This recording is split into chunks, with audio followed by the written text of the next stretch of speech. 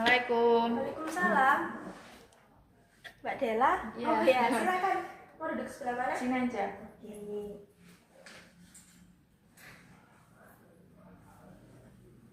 Sudah nyaman belum duduknya Mbak Dela? Sudah. Nah, oke. Gimana Mbak Dela kabarnya hari ini? Alhamdulillah baik, Bu. Alhamdulillah. Nggak ada kendala hari ini? Nggak ada. Oh, nggak ada. Gimana kesibukannya hari ini apa? Ya, kesibukannya ya kuliah sih, Bu. Kuliah. Ya, banyak tugas, presentasi juga, kadang praktek. Oh, tapi hari ini tadi kuliah? Nggak kosong. Oh, kosong. Enak dong Mbak Dela. Ya, Bisa istirahat sejenak ya, mengistirahatkan otak meskipun cuma 1 hari. Iya, Bu. Ya. Kalau besok matkul, Besok ada konseling traumatik. oh besok matkul konseling traumatik. Oh, siapa Mbak Dela itu dosennya? Bu Ayong. Oh, Bu Ayo. Ya. Oke. Oke Mbak Dela, pasti Mbak Dela di sini ingin membahas di pertemuan yang kemarin itu ya, minggu lalu itu ya Mbak Dela. Iya. Ya. Mbak Dela masih ingat pertemuan yang lalu Mbak Dela bercerita tentang apa sama saya? Ingat, ya. Ya, oke, saya akan mengulas ulang ya Mbak Dela ya. Jadi di pertemuan kemarin kita membahas tentang Mbak Dela yang takut buat berpendapat dan tidak berani untuk mengemukakan pendapat itu tadi. Apa betul seperti itu Mbak Dela? Iya, Bu, betul. Oke, jadi yang ingin Mbak Dela ubah ini, Mbak Dela ingin lebih berani dan lebih percaya diri buat apa ya, buat berpendapat gitu ya, agar Mbak Dela ini tadi tidak takut untuk berpendapat. Ya. Benar seperti itu Mbak Dela? Iya, benar. Oke. Baik, di konseling ini Mbak Dela ya, saya ada yang namanya teknik kursi kosong. Apa sebelumnya Mbak Dela ini pernah mendengar? Enggak. Oke, baik. Saya akan menjelaskan ya Mbak Dela ya, di mana teknik kursi kosong ini Mbak Dela bisa membantu Mbak Dela agar bisa lebih percaya diri untuk Mbak Dela ini tadi mengemukakan pendapatnya Mbak Dela ini tadi, agar Mbak Dela ini tadi tidak takut gitu loh, kayak pendapatnya Mbak Dela ini takut tidak diterima oleh orang lain seperti itu. Apa Mbak Dela paham? Iya, paham. Oke, jika menggunakan teknik ini, apakah Mbak Dela setuju atau bagaimana? Iya, setuju pakai teknik ini aja. Oke, pakai teknik ini ya Mbak Dela ya. Iya. Apa Mbak Dela baik jika Mbak Dela ingin menggunakan teknik ini, saya akan menjelaskan tahap-tahap dan bagaimana cara penerapannya di teknik kursi kosong ini. Teknik kursi kosong ini Mbak Dela bisa membayangkan di mana nanti Mbak Dela berbicara dengan kursi. Kalau kursi saat ini kan ada saya ya, nanti Mbak Dela bisa berbicara dengan kursi kosong yang dimana tidak ada saya. Jadi mungkin Mbak Dela bisa membayangkan ya, dimana kursi ini kosong tidak ada saya, dan Mbak Dela bisa membayangkan pada saat Mbak Dela ini takut untuk berpendapat. Jadi Mbak Dela nanti bicara sama diri Mbak Dela sendiri dulu. Kayak saya beri contoh ya Mbak Dela ya. Kayak seumpama saya jadi Mbak Dela. Kenapa kamu takut untuk berpendapat? Nah, kursi depan saya ini tadi kosong. Kenapa kamu takut untuk berpendapat? Nah, nanti ada di mana Mbak Dela ini nanti role play. Kayak apa ya, berganti peran. Jadi kursi kosong itu tadi isinya juga Mbak Dela sendiri. Jadi kursi kosong itu tadi itu bagaikan cermin diri Mbak Dela sendiri, di mana yang di sini Mbak Dela merasa takut dan yang di sini Mbak Dela ingin merubah rasa takut itu tadi. Apa Mbak Dela bisa dipahami seperti itu? Ya, siap. Oke, jadi mungkin Mbak Dela bisa apa ya? Mungkin saya ingin melatih Mbak Dela melalui teks-teks atau dialog-dialog dulu ya Mbak Dela ya, agar Mbak Dela bisa paham dan bisa menerapkan sendiri pada kursi kosong. Ya. Nanti kita boleh ini ya, boleh mencoba dialognya dulu ya Mbak Dela ya. Mungkin Mbak Dela bisa menulis. Kalau seumpama saya tanya sama Mbak Dela, kenapa Mbak Dela takut untuk berpendapat? Nanti Mbak Dela bisa menjawab. Apa jawaban Mbak Dela? Dijawab sekarang. Iya, Mbak Dela bisa menjawab. Karena kalau saya berbicara saya takut salah. Mbak Dela takut salah. Oke. Lalu Mbak Dela berbicara lagi sama diri Mbak Dela sendiri. Apa yang kamu rasakan saat melihat dirimu takut? Terus tak jawab lagi. Iya, Mbak Dela yang menjawab sama Oh iya, kursi kosong itu tadi. dijawab. Iya. Karena saya itu merasa apa ya, kayak saya itu merasa kesal dan sedih karena saya itu bisa bicara tapi saya itu takut salah gitu. Oke. Lalu Mbak Dela tanya sama diri Mbak Dela yang ingin berubah ini tadi. Apa yang ingin kamu katakan pada sisi dirimu yang takut itu? Saya akan mengatakan saya ingin berani untuk berbicara dan juga saya ingin berani untuk mengemukakan pendapat. Oke, bagus sekali Mbak Dela. Mbak Dela rasakan ketika Mbak Dela bisa berbicara dengan diri Mbak Dela ini tadi apa? Saya bisa merasakan sedikit lega sih Bu, karena saya karena saya itu bisa sedikit demi sedikit saya itu berani bicara gitu Bu. Berani untuk Mengungkapkan pendapat saya. Oke, itu langkah yang sangat bagus sekali. Nah, di dalam proses ini yang Mbak Dela pelajari ini apa sih?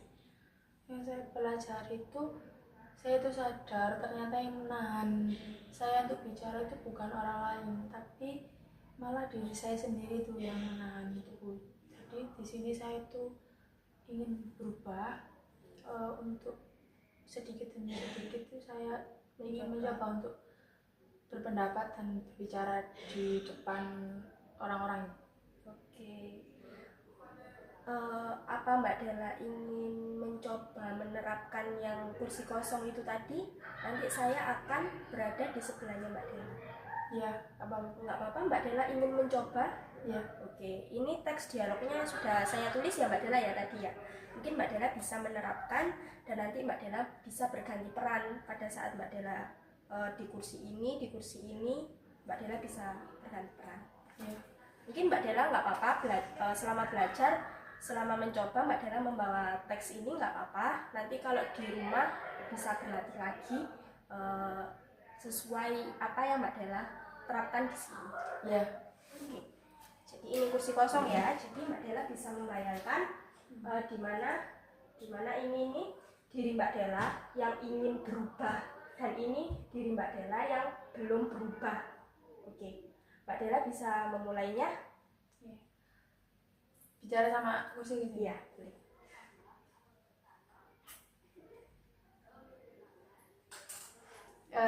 Kenapa kamu takut untuk berpendapat?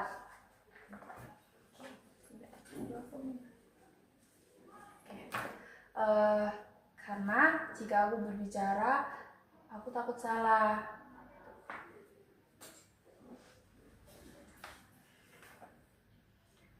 Apa yang kamu rasakan saat melihat diri kamu takut?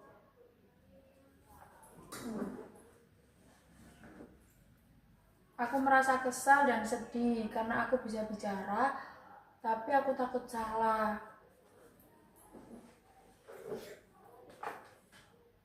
Apa yang ingin kamu katakan pada sisi dirimu yang takut itu?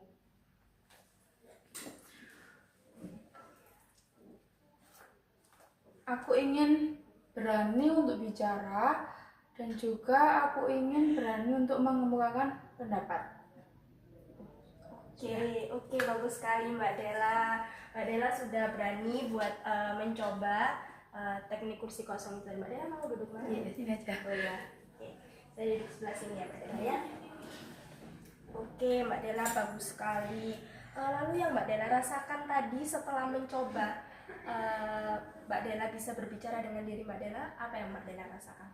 Sedikit lega sih Bu, karena saya dari penerapan itu tadi saya sudah merasa kayak berani untuk berbicara meskipun dalam hal kecil. Oke, jadi Mbak Dela bisa mencoba hal kecil itu tadi ya, meskipun apa ya, belajar, meskipun itu tadi hal yang sepele, tapi Mbak Dela sudah bisa menerapkan hal tersebut. Iya. Oke, itu langkah yang sangat bagus sekali Mbak Dela. Di dalam proses ini yang Mbak Dela pelajari itu apa? Yang saya pelajari itu, jadi di sini tuh saya saya sudah bisa menerapkan pendapat, sudah bisa mengemukakan pendapat, dan juga saya itu mulai berani untuk berbicara.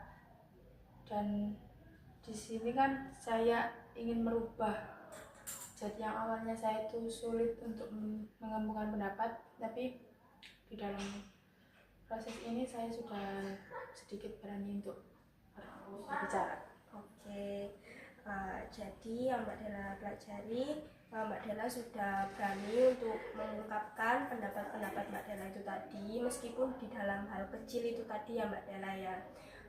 Lalu apakah Mbak Dela menyadari sih bahwa diri Mbak Dela ini yang bisa merubah ini diri Mbak Dela sendiri, bukan lingkungan. Ya, Mbak Dela bisa merasakan? Bisa. Jadi Mbak Dela ini ya kayak apa, berubahnya ini tergantung pada diri Mbak Dela sendiri. Apa benar seperti itu Mbak Dela? Benar. Oke, jadi Mbak Dela ini bisa mulai berdamai ya dengan diri Mbak Dela sendiri. Sekarang Mbak Dela bisa mulai belajar berpendapat sedikit demi sedikit, meskipun itu hal yang sangat kecil. Mungkin Mbak Dela bisa mencobanya dimanapun Mbak Dela ingin berpendapat, mungkin di kelas atau di mana. Itu kan yang membuat Mbak Dela merasa takut kan saat berpendapat. Mungkin Mbak Dela bisa mencoba hal itu, meskipun itu hal yang kecil, tapi mungkin Mbak Dela bisa berani untuk mencoba. Itu sudah sangat luar biasa sekali Mbak Dela. Oke, jadi Mbak Dela udah paham ya terhadap penerapan teknik ini tadi. Ya, sudah paham ya teknik kursi kosong ini tadi. Mbak Dela bisa berbicara dengan diri Mbak Dela sendiri, dimana ibarat seperti cermin ya Mbak Dela ya. Oke, saya akan memberikan Mbak Dela tugas, kayak Mbak Dela bisa menerapkan teknik ini pada saat Mbak Dela ini di rumah. Mungkin Mbak Dela bisa, kalau semua nggak ada kursi gini ya, ya udah nggak apa, Mbak Dela pakai cermin aja. Nanti kalau kan cermin kan ibaratkan Mbak Dela ya udah berbicara sama diri Mbak Dela ya. Mungkin Mbak Dela bisa pakai cermin agar Mbak Dela nanti lebih pede, lebih nggak takut gitu, lebih berani gitu ya Mbak Dela ya. Oke, Mbak Dela mau untuk menerapkan teknik ini di rumah, lalu 1 minggu kemudian kita akan bertemu kembali untuk membahas perkembangannya Mbak Dela. Iya. Oke, Mbak Dela bersedia ya? Iya. Mau. Oke, kira-kira kapan nih kita bisa ketemu di minggu depan? Iya, minggu depan aja. Mau di hari yang sama? Iya, yang sama, di jam yang sama juga. Mau di hari Senin? Iya. Jam 11 ya Mbak? Iya. Jam 11 apa jam 11 aja? Oh, jam 11 aja ya. Oke Mbak Dela. Saya selalu menunggu kedatangannya Mbak Dela, dan saya sangat senang sekali Mbak Dela bisa menemui saya, bisa bercerita dengan saya, dan semoga di proses-proses selanjutnya ada perkembangan buat Mbak Dela ya. Iya. Oke, apa ada hal lain yang ingin Mbak Dela bagikan lagi kepada saya? Sudah, Bu. Oh, sudah. Oke, terima kasih banyak ya Mbak Dela ya. Terima kasih ya, Bu. Iya, terima kasih Mbak Dela. Iya. Assalamualaikum. Waalaikumsalam. Hati-hati ya Mbak Dela. Iya.